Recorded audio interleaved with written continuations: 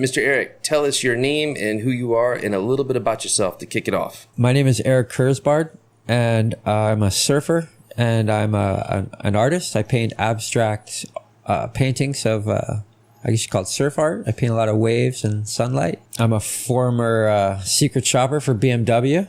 And I'm a former competitive surfer from the United States. I've lived on the East Coast, the West Coast, and Hawaii. And I moved here in 2006 to Nosara. Okay. And I've been living here pretty steadily for almost, I want to say 9 years now. Love it. Surf every single day in the 80-degree water and loving life. Hey, that's a pretty good intro, man. Oh, thank you. Covered some ground. So you've been Right. East Coast, West Coast, Hawaii, and now Nosara for coming up on the better part of a decade. Correct. For the most part, sum you up. Yeah. All right, you're wearing rings today. What's you look nice. First off, second off, tell us about it. What's going on? Oh, I like rings. This first one is a Thrasher magazine ring, and it's a Shout out to Thrasher combination Thrasher magazine and independent trucks. This one is actually my grandfather's ring from my mother's side, and this is my grandfather's ring from my father's side. And this is an Illuminati ring that I bought for 7,000 colones at the rodeo the other day. Nice. And this is a ring that I had made for me by a friend, B. She sells jewelry on the side of the road, or she used to. I think she's doing yoga now. And this I also got in the SAR. This is a skull ring, like a Day of the Dead ring. I also got from an artist. Right, dude. So you've got from Thrasher to Skulls, Day of the Dead to... What was my favorite one? The one from the Fiesta? Oh, yeah. Oh, the Illuminati one? The Mason's ring. Nice. Nice. All right, so you're styling today. It seems like life's going overall pretty good. I see you surfing a lot lately. Yeah, I'm getting by. All I do is sell my paintings, so I don't really have a job. Hey, can we talk about your paintings for a second? Yeah. You said that you're an abstract painter. What exactly does that mean? I would say that it just means that I'm not very good. I think because like a lot of people will judge how good of a painter you are, like by how good maybe you paint a person's face. Like, can I paint you and make you look like you? And that would be called realism. So I would say that when it comes to realism, I'm terrible. And so somebody might say, well, you're a terrible artist if you can't do realism. So I think artists that aren't very good at realism head the abstract direction. I gotcha. Right on. Kind of hide your weaknesses. Yeah, but you have fun doing it, right? Yeah, I have a lot of fun doing it, and I see things with my own vision, so that's a lot of fun. You mainly paint. You said I think sunlight and waves. Is that what you categorized it as? Yeah, I like to do like exploding suns, like supernovas, kind of like orb shapes. With light just kind of exploding. I like to do like kind of the relationship between water and light, how water bounces off, how light bounces off of water, or sometimes how light will go through the water and kind of, do magical things that way. When waves are bending and the sun is either like facing the wave or behind the wave, you have like a backlit wave or a frontlit wave, and they always look much different. So would you say surfing is the main inspiration for your art? Definitely. I've been surfing since I was a baby. We had a house. My grandparents had a house in Kitty Hawk, North Carolina. And so my mother surfed, and my mother's sister, Suzanne, actually got me on a surfboard. My grandfather actually had a surfboard at the house. It was a really big longboard, and I had to actually literally drag it through the sand dune because I couldn't pick it up. That's awesome. And then later, I got a 6'6". I actually got a 6'6" Scorpion. A Donald Takayama Scorpion. It was by a company called Surfing's New Image. And I didn't know till later that I actually had a Donald Takayama Scorpion as like one of my first boards. And that was an amazing board. I got you. I got that for $60 from my aunt's girlfriend, Marcia Kalogi. So Shout out to Marcia. Yeah. So, I got my first really cool surfboard from her. Let's explore surfboards for a second since you brought it up. You have a certain soft spot in your heart for Takayamas. I love surfboards, period. I have an addiction to surfboards. I've been through so many of them. I love them. I love looking at them, holding them. I make them. I actually won an award for a board I did for Lost Surfboards. And I think 2009, they did a Masters of Shaping event at Casa Romantica in San Clemente, California. Invited all the best surfboard shapers on I want to say in the world, but we'll say California. And so Hobie was there, Timmy Patterson lost, Cole, Stewart, some of the best surfboard shapers in the world were in this event, and I actually won the award. I won first place. I won the Mickey Munoz Masters of Shaping Award for one of the surfboard carvings that I did. Oh, cool! I carved an image of upper trestles into a surfboard, into an old Mayhem surfboard, painted it and glassed it, and so I have the trophy. It's in my mom's house. That's rad. Mickey Munoz Masters of Shaping Award. So that's, out of all my surfing trophies, that's my favorite one. You mentioned surfing trophies, and you surfed competitively for a while, way back when, right? I started surfing ESA contests in Ocean City, Maryland, and I would say right around 1979. And I began winning immediately. And I had a lot of competition back and forth with a lot of guys there that were really good surfers. But I'd say I had a pretty consistent run. I literally went back there this summer and I won the state surfing championships for my age division. Cool. And I got third in the Open. Congratulations, so man. Thank you. So to this day, I go back there and compete and do pretty well. Does everyone bust your balls because you get to live in Costa Rica and practice and surf all the time, I'm sure? Yeah. They should. I actually got hassled this summer. I'm not going to say who it was, but I got yelled at for like moving away. They were like, you're not a local around here anymore. And I was kind of like, I thought that was interesting. So that was pretty funny. So I was like, whatever, you can have it. But I feel like, I went to high school there. I think wherever you went to high school, that's kind of like where you're from. My thought on it is, I just don't care anymore. Oh yeah, I thought I kind of laughed it off. Yeah, good. You get to live in Costa Rica now and surf consistent waves, and if they're gonna harp at you because you're not a local, who cares? Well, usually the worst locals are either somebody who's actually not from that spot that they're claiming to be a local from, or just somebody who's never left that spot and is like just lives in this little stagnant pond and they've never been anywhere, so they just sit in their little spot and yell at people. So I got you. So what's your take on the lineup here where we're at? Because it's a crowded area. Everybody's pretty friendly here. This is a pretty friendly beach. Everybody's really cool to me. I just try not to don't drop in on the locals and kind of give them respect and give them their space. But that's anywhere you go. Anywhere you go, it's like that. You're going to have some kind of hierarchy. What's your take on the hierarchy or the way things flow around here? Do you think it works out pretty well, or have any gripes or anything you want to get off your chest? Not really. I mean, I like my position in the lineup, so I'm pretty happy with it. Yeah, I get along with everybody. There was a guy the other day kind of like letting his surfboard fly. He wasn't holding on to it. He had really big arms, and I paddled up to him and I asked him if he was injured, or if he had a shoulder injury, if his arm was hurt, and he said no. And I said, well, yeah, maybe you should hold on to your board, because and I was just trying to look out for other people because there's people in front of him and he was hucking his board. So I wanted to give him a little heads up. I got you. So where we're at, it's crowded. It's mainly, I guess we both agree it's a really nice lineup, but it has a lot of surf schools and a lot of people who are learning how to surf. So how should people stay safe? Do you have any thoughts on surf etiquette or any messages that people should consider when they come surfing in Guiones? I mean, I think the best thing is just to look out for each other. If everybody's kind of in that mindset of like, and another thing is like, if you're on a wave and there's somebody in your way, then you don't continue with that wave. Just pull out. Like there's no ride is worth like running somebody over and hurting another person. So if it looks like somebody's in your way, then it's just best to kind of like just cut out and look for another one. What advice would you give to someone when they're paddling out? Lots of people are going and you're not sure which direction they're going to go. You don't know who's going to catch it. Maybe just yell.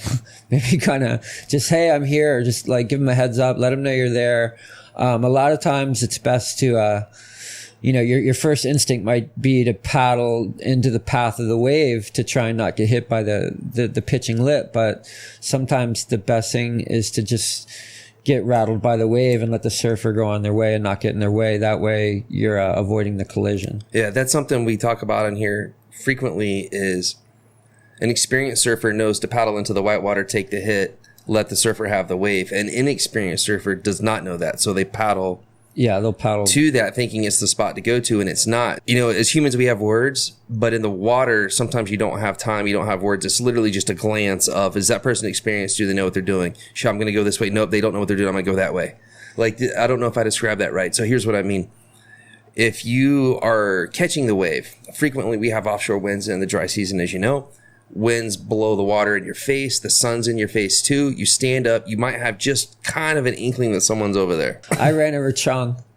I ran over because he was in the sunlight, and I couldn't see anything. And yeah, it was just like that. It took off, offshore winds, you're blind, and then you stand up, and the early morning sun is just beaming right into the right, so you're blinded. All right, so you understand what I'm getting at. Yeah, I put a big gouge in his board.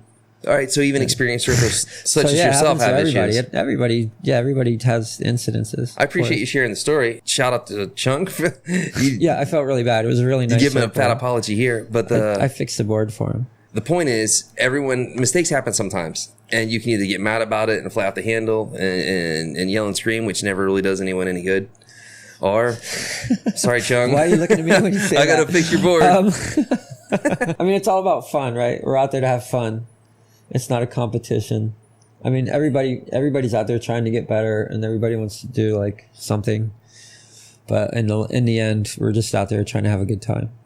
That's true. So how are you getting by these days? How do you pay your bills and do your stuff? All right. So how are you getting by these days, man? You're paying your bills through what? What are you doing? I mean, I'm doing really well. I actually scored some mural jobs this previous summer with Hilton Hotels. Whoa. So I painted a Hilton in Ocean City, Maryland. I painted 2 Holiday Inn hotels. And so I'm going back there this summer. There's also going to be the Jellyfish Music Festival in Ocean City, Maryland at the, I think the 3rd weekend in June, where I'm going to be a featured artist in that. And wow, so you're doing artwork here in Nosara, and you're shooting back to the States and taking out some projects? Yeah, I'm going to shoot back to the States. And so what I do is pretty much come here during the high season. I stay about 7 or 8 months here, and then I'll do like a summer tour where I'll go East Coast, West Coast, maybe even hit Canada. Last year I went to Hawaii. I painted a mural in Hawaii for the Autism Behavior Center. Cool. And then I got another mural job. I painted a private home right on the North Shore. And then that's actually led to some interest from the Wyland Gallery. Right on. So there's a possibility that the Wyland Gallery may be interested in my art. So yeah, I'm going to do a full U.S. summer tour. Came here this season, surfed every day, sold some paintings, had a few art shows here, had some shows with Kyle Bombard with some of his projects at the La Banana. And I had just a show recently at the Ola Alea, and was doing shows at the Beach Dog and the Spirit Lounge throughout the season. Right on. So you've been busy, man. So I did stay fairly busy, yeah. So are you available for people to hire you for murals or projects or paintings now? Or are you about to leave for the States for a while, or what's up with your schedule? I'm just finishing up some stuff right now. I have a couple pending jobs. I may be painting the Gilded Iguana is actually building a new surf shop, and they've asked me to do a mural there, but the shop's not going to be ready for a couple months. I get you. So are you going to be in Nosara for a while now, or are you looking to head back to the States sometime soon? Well, I got to be back by June. There's the Walk the Plank Pro longboard professional longboard surf contest in Ocean City, Maryland also.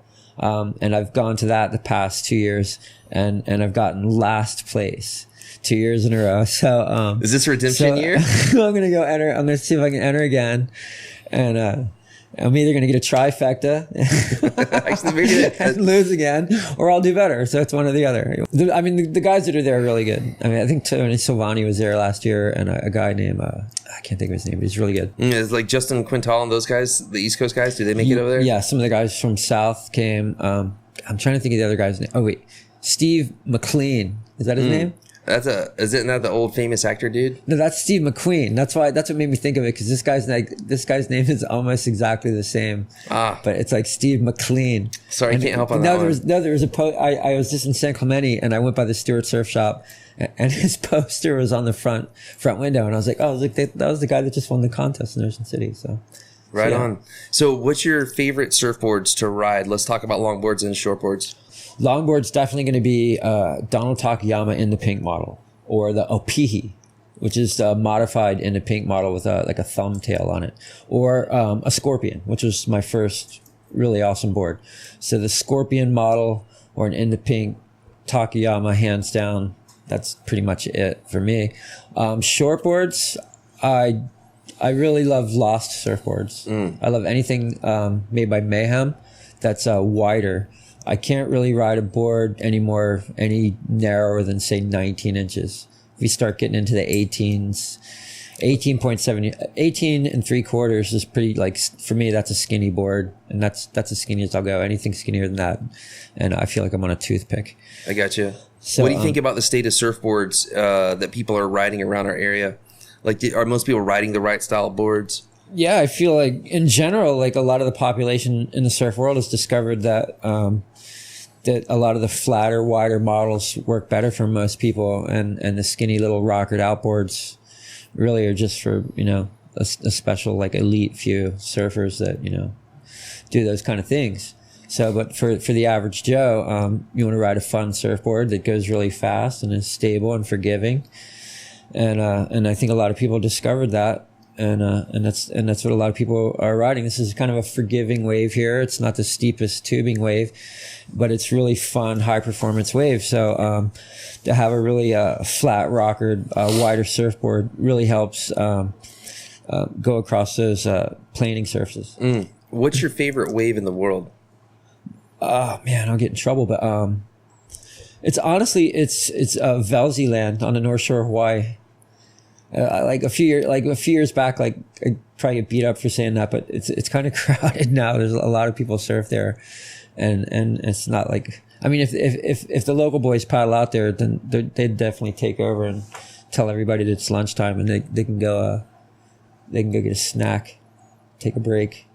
But it's such a great wave, and it's no matter how big the North Shore is, there's these outer reef waves that kind of block the swell, so it comes in and it hits this just perfect A-frame reef, and you get a dry hair paddle out, and it's like an easy takeoff. So you take off in this easy wave, and then it just sucks over this like 6 inches of shallow reef, and the wave just goes square, and you get completely barreled and spit out into this dry channel, and you paddle back out with dry hair again. Sounds amazing. But it's really crowded, and like I got really lucky. I went there in November, and we paddled out right after a rainstorm. Nobody out. Paddled out there with a local guy, and caught it really good. I took 8-year-old Carson Carr out there for his first time. His brother Cannon Carr is the best 12-year-old surfer in the world right now. He's the United States surfing champ, and his little brother Carson. So Cannon was surfing Pipeline, and his dad asked me to take Carson surfing. So I took Carson to Velzy Land, and I made a little YouTube movie, Carson surfing that little 8-year-old kid. Sounds fun. Pulling into dry barrels. So how would you compare the vibe and the lineup in Hawaii compared to Costa Rica? Hawaiians can be big and scary. Big Samoan guy tells you to get out of the water because it's his local spot. Then you know, that's good. Yeah, I mean, this is a tough question because it depends on who you run into. But generally speaking, Costa Rica's, you know, got the Pura Vida vibe, and everybody's generally really, really super friendly.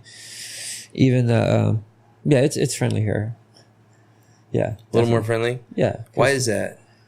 Maybe it's fresher. You know, when people are learning how to surf, it's new to them, and they're excited about it, and everybody's sharing this vibe of learning and this new thing, and I think.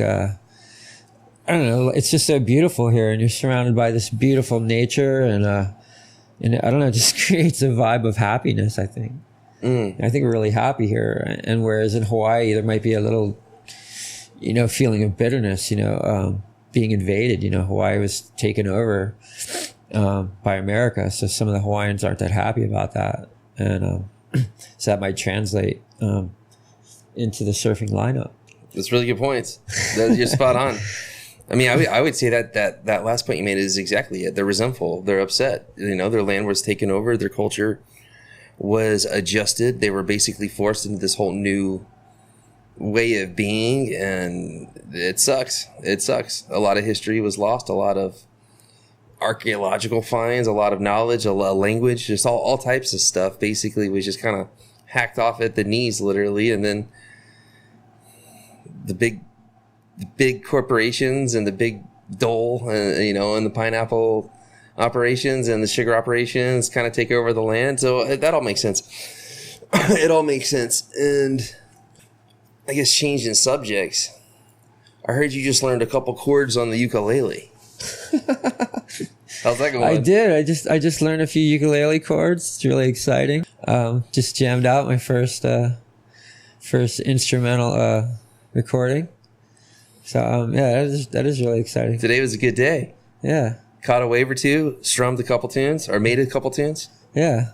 Yeah, my dad was a big guitarist.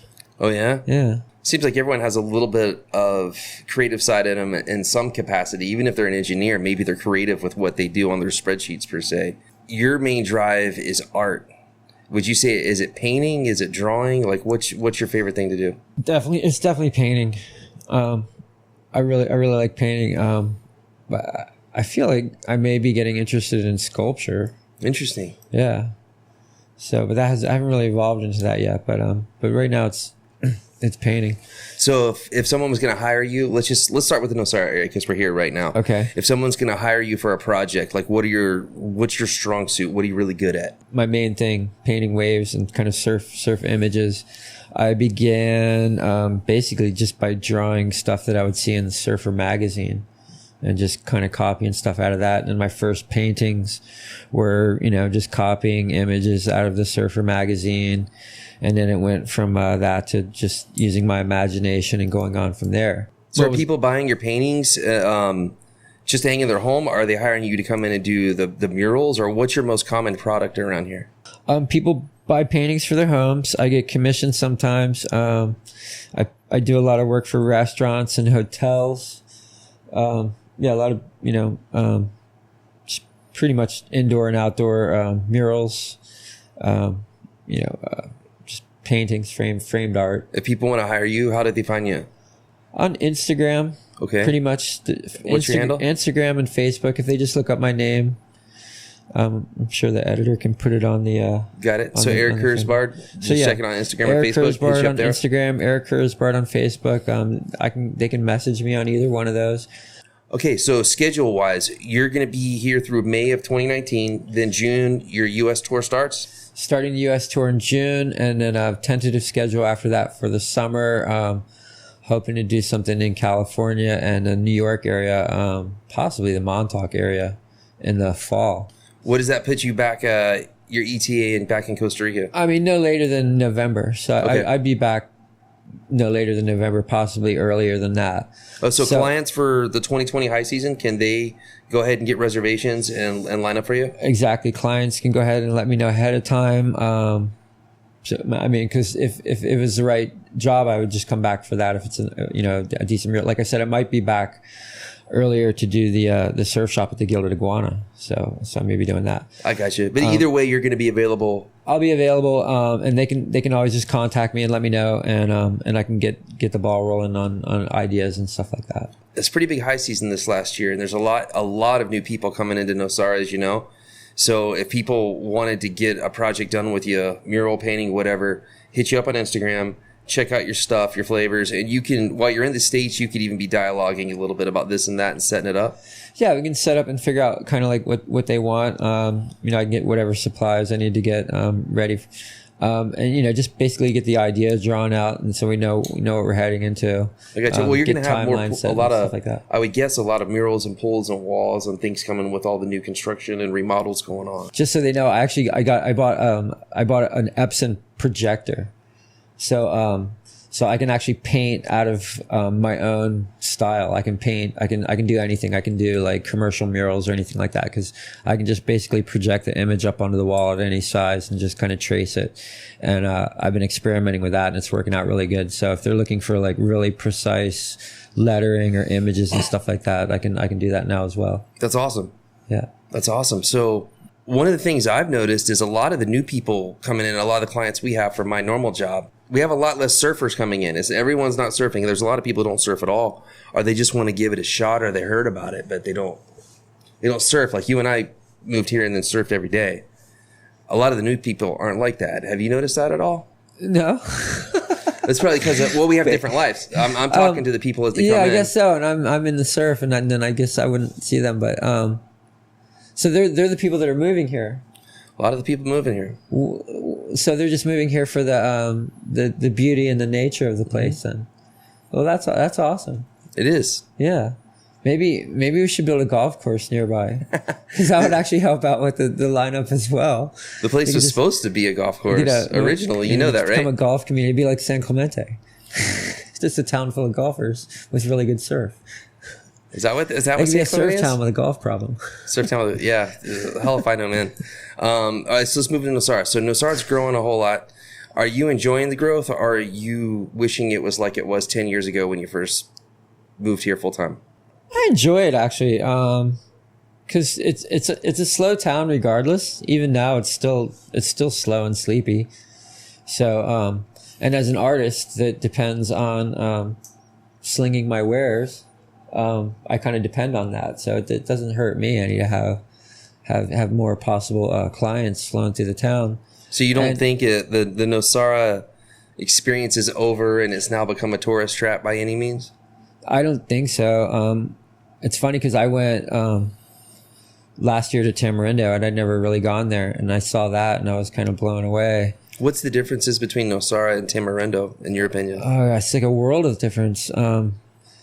After seeing Tamarindo, I realized how super sleepy it is and how lucky we are, because it's really just super kind of undiscovered still so far, and you're just not getting mobbed by people trying to sell you stuff on the beach, and we got a couple pottery salesmen lurking around, and they're don't bother you at all.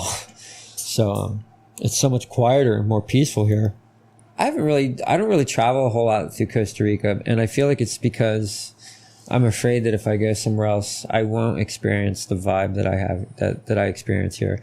I feel like it's all the people that come here that are learning how to surf is one vibe, and then all the people that come here that are learning yoga and trying to better themselves is another vibe, and then you have the local Pura Vida vibe, and you take these three vibes and you mash them together, and there's just this really super positive energy about the place. So you caught the yoga bug a little bit. Tell us about that. Yeah, I've been living here for, like I said, around 10 years or so, and I watch a lot of people come here, and they either immerse themselves in a yoga teacher training as I did, or they come on immerse themselves into a retreat, and however long they stay here, a lot of people, and I witness this, experience personal transformations. And so I felt like I've been here all these years and I haven't transformed at all. So I thought, well, maybe I'll give this a try. So I got a really great offer from Horace and Janelle at Nexus Institute. Shout out to them. And they gave, they took me in, and so I've done 3 so far. I've done 3 yoga teacher trainings, one of which I was an assistant. So and it is very transformative. So I got that going for me. So what's that like though? You really discover yourself. You learn how to breathe. It's just a lot of introspection and, learning about your body and your mind. You gonna be teaching yoga soon? Possibly. Yeah? Yeah. Add that in so you could be a artist, surfer, like you said, yoga teacher. Yeah. Why not? It's a you great gonna try combo. not to come in last at Walk the Plank this year in Maryland? Last place in a surfing contest is still a good time. Do you think yoga helps your surfing? Definitely. It helps my breathing, I noticed. I can hold my breath a lot longer, and I can get a lot more out of my breath. So I feel stronger in that way. That's a big deal. Yeah, it's a big deal. So what's your favorite wave around here? Oh, I can't tell you that. It's a secret. Completely understood, man. On that subject, the internet basically has changed everything. Because when we were kids, you actually could have a secret spot. Nowadays, that's long gone. I mean, unless you're way out there. But certainly around here, you have Google Earth. Everyone's checking. Yeah. Everyone knows everything for the most part. What's your take on that? Do you miss the good old days where we used to have to call up the surf report to hear it on the phone what's going on? Or do you kind of like being able to just log in and see an amazing wave cam and see the conditions? A little bit of both. I kind of miss the old days, and I really utilize the cameras also. Around here, the surf report, I don't check it that much because the waves in Nosara are so consistent. There's waves every single day, and they break through all the tide. So I mean, it's got to be one of the most consistent surf spots around. Yeah, I think so too. I really enjoy just kind of walking up and looking at it every day.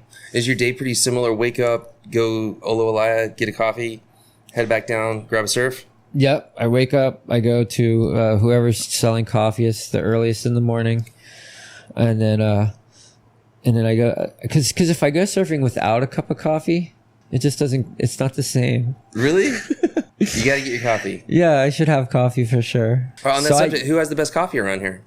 You can have a couple options. Okay, cool. Because I really like coffee where I live at the Beach Dog, but they don't serve it early enough for me. So that's why I go to Olalea, because Olalea opens at 7:00. So I go to Olalea, and they have really delicious coffee there. So Santiago, I just did a painting of Santiago. I did a portrait of him because he's cool my guy. coffee guy. So he's also an artist as well. So we do have a little bit of an artist community here, which I kind of like. As far as coffee goes, yeah, Beach Dog, Olalea. Is that it? That's fine, man. I think that's it. On to more Nosara stuff. All right, so Nosara dislikes. What do you dislike about this place? And anywhere you go, there's going to be kooks. And so I made a poem, and it goes like this. I can smell those smelly kooks with their iPads and MacBooks. I think they came on the tourist bus. They like to whine and scream and fuss about the food's not fast enough, and the roads are full of dust, and somebody took their stuff. I can smell those smelly kooks. So that's all I got so far. It's the first verse. Is that your first stanza or your first verse? Yeah. That's awesome, man. Yeah. So if you ever see Alfredo going like this, that's because I told him the poem and he loves it. Oh, shout out to Alfredo. Yeah. So you dislike the smelly kooks? Yeah, the smelly kooks. Okay, so bugs and smelly kooks, those are your dislikes. I mean, maybe we're all kooks. Maybe I'm a kook. Dude, you are a kook. I'm totally a kook. This song's about me.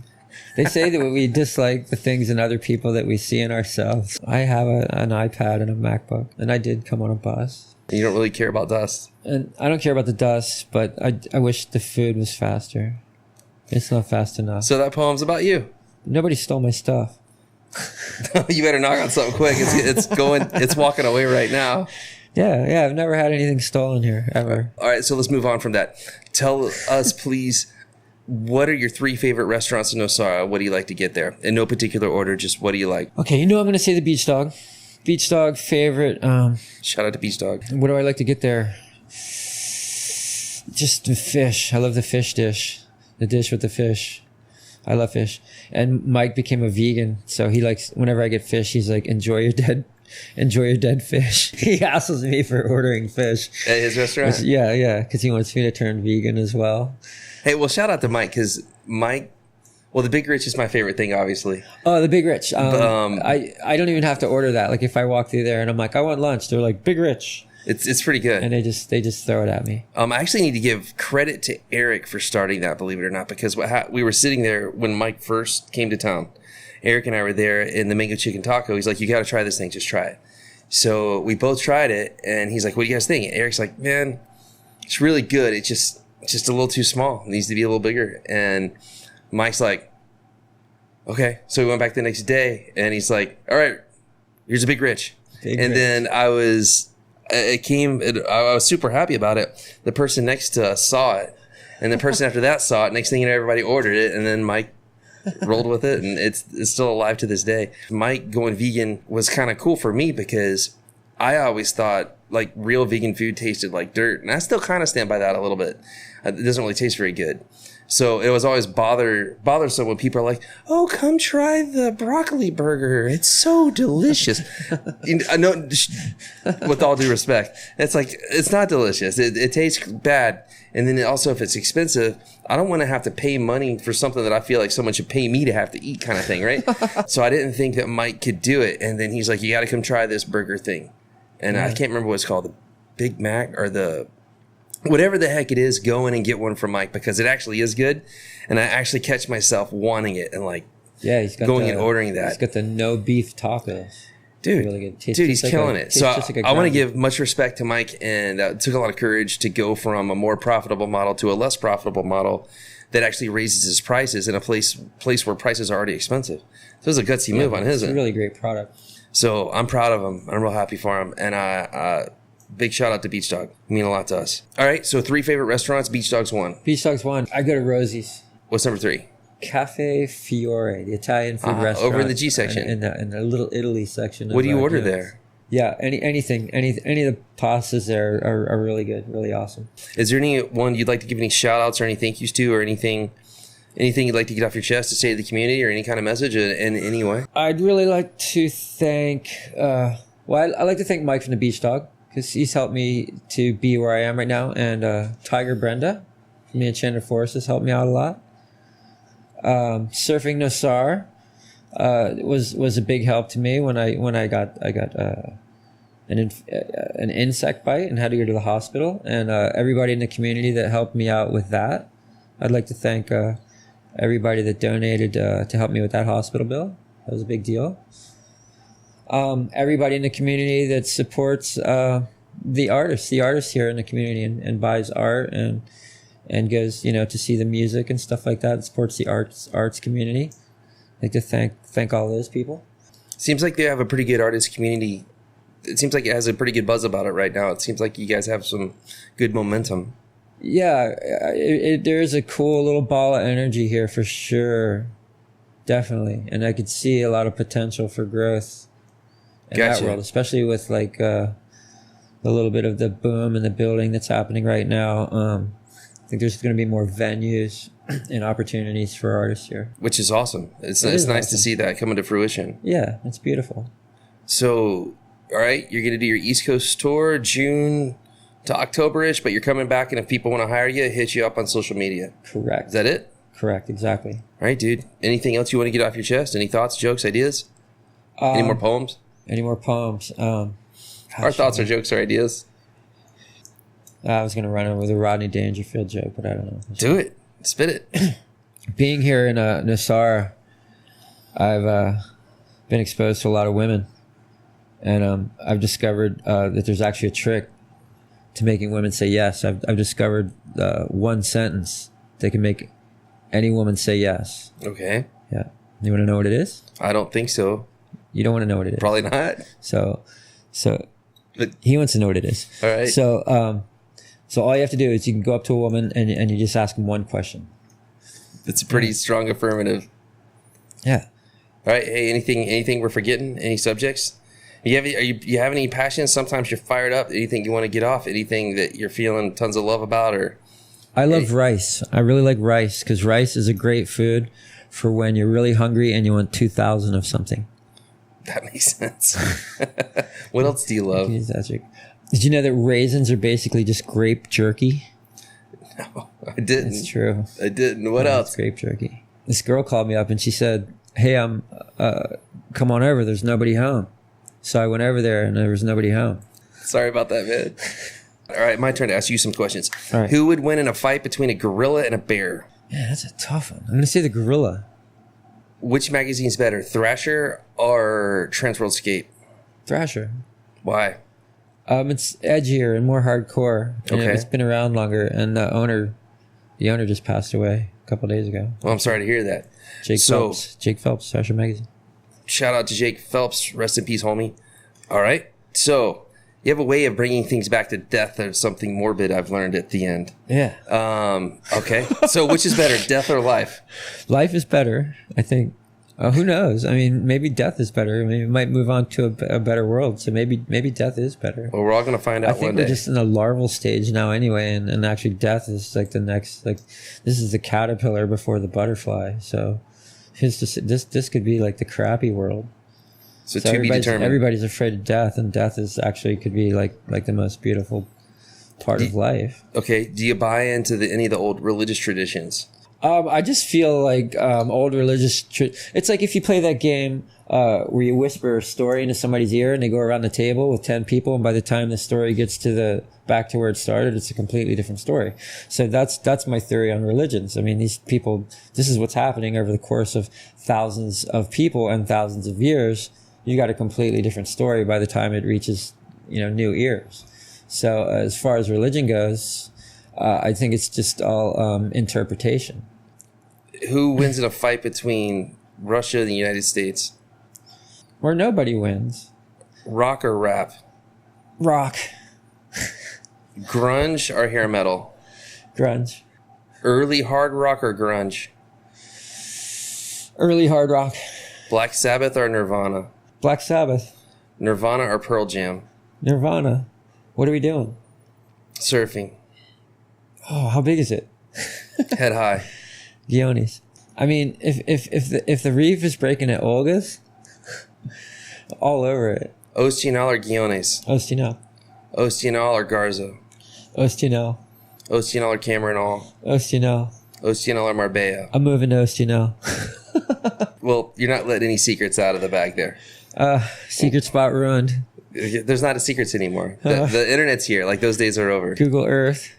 They're just over. Like, those days are long gone. You got any lots in Ostional? There's tons of them. There are? They're really hard to sell. Oof, they're hard to sell. Why? Really hard to sell. Because it's too far away from the project. Most people want to be closer to the restaurants and all the activities around It is close. It's not that far. I'm aware of that. And you're in front of Blue Barrels. I'm aware of that too. Oof. Convincing someone else to buy there is very challenging. I want one. Yeah, that's because you're a surfer and you know it's there. But your average buyer, like someone who's buying real estate around here, right? They don't know. Huh. But wouldn't you think, like, if this is booming, then the town right next to it would do something similar, right? Yeah, our normal growth pattern is once Guiones close to beach gets expensive and Las Vacas, like big views, get expensive, the outer areas start to heat up a little bit. And it kind of has the spillover effect. So it'll go from Guiones and Vacas into Esperanza and Pilata, which is starting to happen. And then it'll spread outward from there, Garza, Ostional.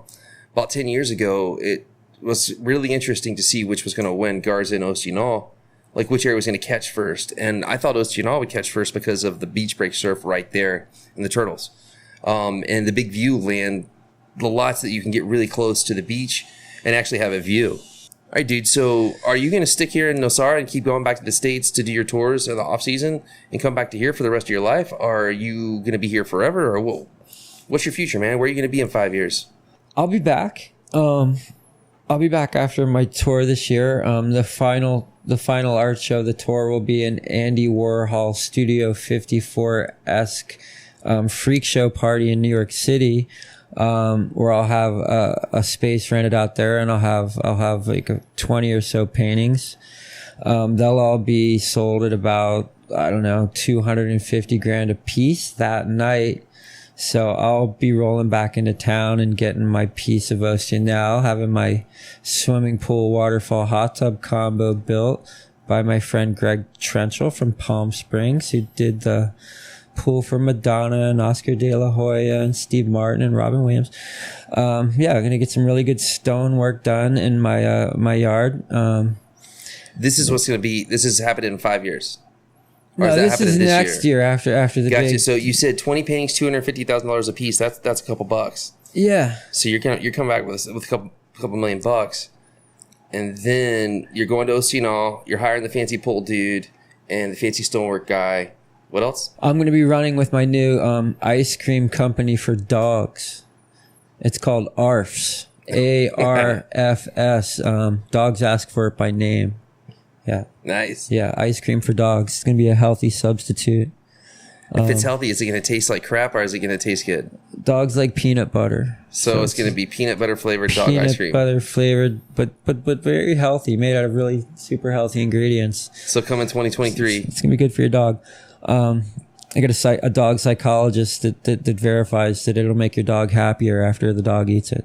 Yeah. Nice. So it's really like an antidepressant for dogs. Nice. Yeah. Nice. Now, is that going to be based out of your house in Ostional, or is that going to? No, that company will be based in Virginia off the Chesapeake Bay, by my parents' house there. So it'll be the Chesapeake Bay Retriever Dog Food Company. I thought, but it's going to be called ARFs. Well, that's a branch of, ARFs is just one of the brands. Okay. Based off of. What about all the Tico dogs that need? They need psychologists. This is going to be an international product. It's going to be based there. It's going to be sold all over the United States and North America, and then you'll be branching out internationally. Okay. To save the dogs of the world, because there's a lot of depressed dogs out there. Yep. You said that your dog psychologist guarantees they'll be happier. Guarantees. I have a lot of people come to here from Nosara from Europe. So I have some German engineers. So the ice cream was actually engineered by actual German engineers. Lena. Lena's actually an engineer from Germany. Did she come up with the secret recipe for dog ice cream? She did. We had a meeting there at the Harmony Hotel. So I had a psychologist and some engineers. So we engineered this ice cream. We designated it as an antidepressant, guaranteed to make dogs happy, and guaranteed to be good for them. Can people eat it too? Better. Yes, people can eat the dog food ice cream. Will it make them happy? It'll make them happy. Same guarantee? Yeah, it's just it might have a few side effects. They might start to scratch their ribs with their leg. Like dogs do. That'd actually be impressive if that could happen. And they might have an urge to pee on a fire hydrant. We don't have many fire hydrants. Well, that's a good thing for here, but in the States there's a lot of them. Okay, plenty of opportunity. Could be an epidemic if people start eating the ice cream. Okay, got it. So you're going to become a rich artist with a big house at Ostional. And then what else? I mean, as long as I don't get sued for people getting arrested for lewd behavior, peeing on fire hydrants because of my product. You have artist disease, in my opinion. And artist disease is like a compliment and a put down all at the same time, right? Sure. And this is common throughout all artists. If you look like photographers, musicians, painters, just go down the list. And basically you actually have a lot of feeling, and you can get inside of that feeling, and you can go to different levels of that emotion than your average person. Like, if that makes any sense. Like Etienne, who is our intern for here and runs our Nicaragua operation. The guy's like a robot. Like, he like kind of laughs a little, but he never like laughs a lot. He never like goes far with any kind of emotion, but that's because he's very balanced. He's very stable. He's very conservative, and his life overall is more pleasant because he doesn't get out of control in any direction.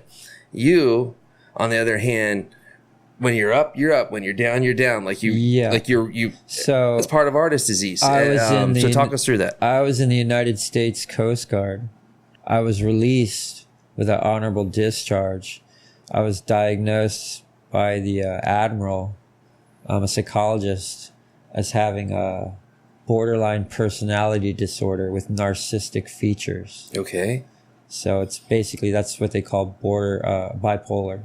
Okay. So I'm totally bipolar. Now, do you think that's an advantage or a disadvantage when it comes to your art? I mean, I hate being bipolar. It's awesome.